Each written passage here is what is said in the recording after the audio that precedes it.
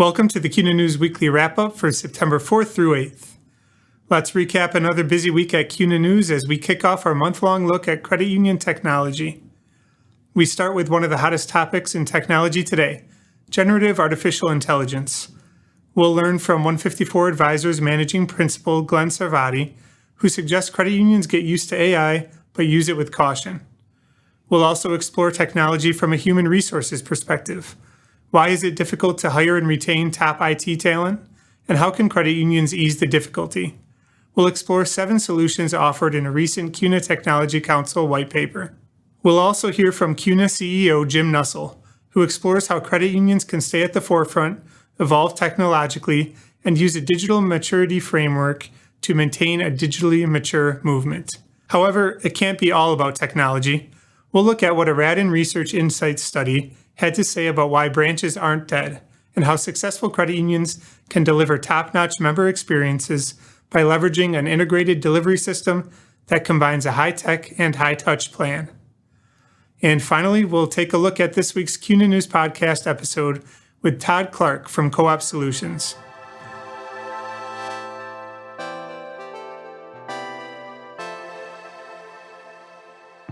AI, ChatGPT, machine learning, these phrases have exploded in the past year and has many tech companies diving into the space while the workforce wonders if their jobs will be impacted.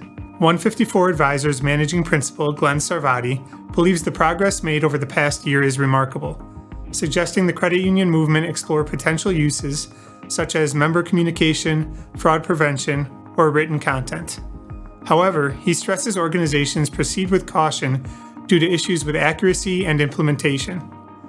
In many ways, the technology's hype has gotten ahead of its reality, he says. From a scientific standpoint, every misstep is a learning opportunity. In a field like financial services where trust and accuracy are paramount, those missteps cannot come in the form of member interactions. Now is the time for sandboxing so credit unions are comfortable with the technology and can quickly capitalize on its vast potential when the time is right. For now, human judgment still reigns.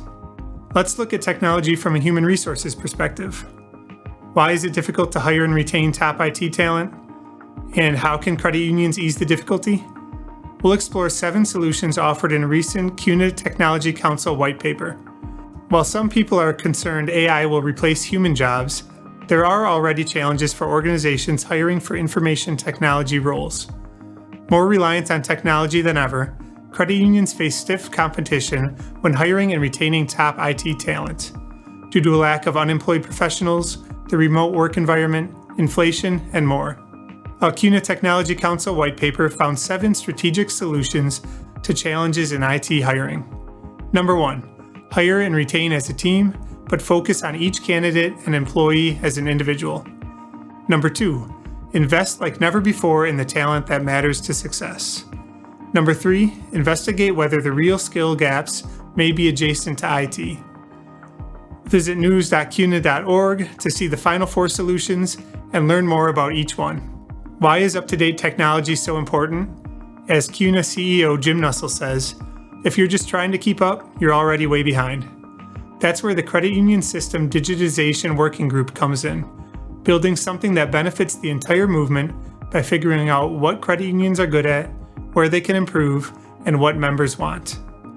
The working group released the Digital Maturity Framework to measure credit unions and place them on one of 5 levels of digital maturity: beginner, evolving, intermediate, progressive, and leader. Once credit unions know where they are, the framework helps them find resources and collaborative partners to move forward and get where they want to go.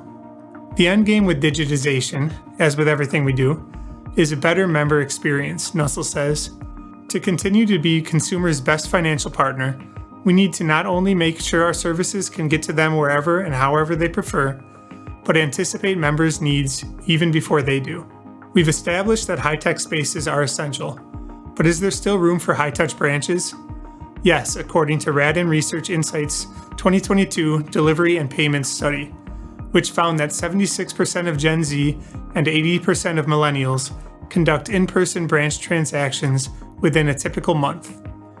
The need for an in-person branch persists, and surprisingly is becoming quite popular among younger generations, says Becky Summers, who leads thought leadership and strategic guidance at Raddon.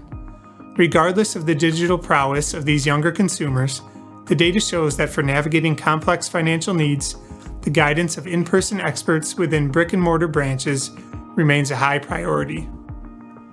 Therefore, she suggests credit unions define a network strategy, develop a roadmap, and leverage an integrated delivery system that combines a high-tech and high-touch plan. This week's podcast features a conversation with Todd Clark, President and CEO at Co-op Solutions. We cover topics including this year's Co-op Think Conference, the payments technology landscape, and more. Check out this clip from the episode. It's a long time since, financial awareness was taught in high schools or even in colleges.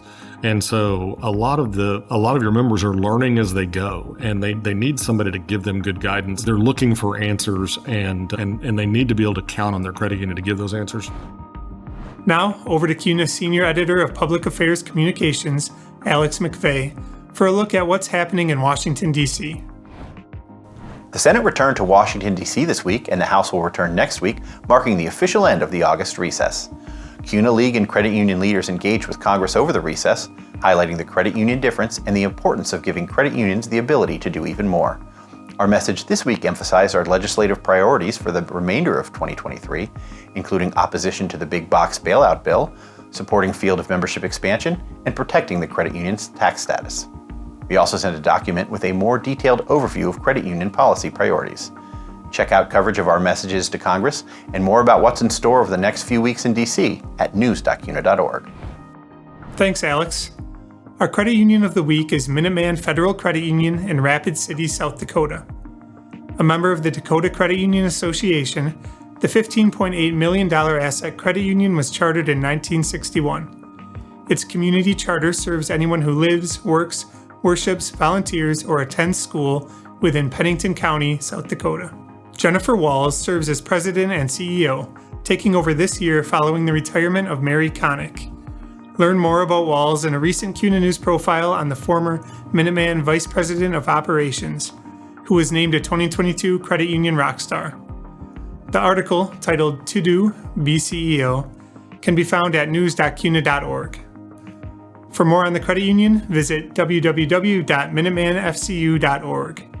Send your credit union's information to bfritz@cuna.coop if you want to be included in a future episode. Finally, a quick note on credit union history.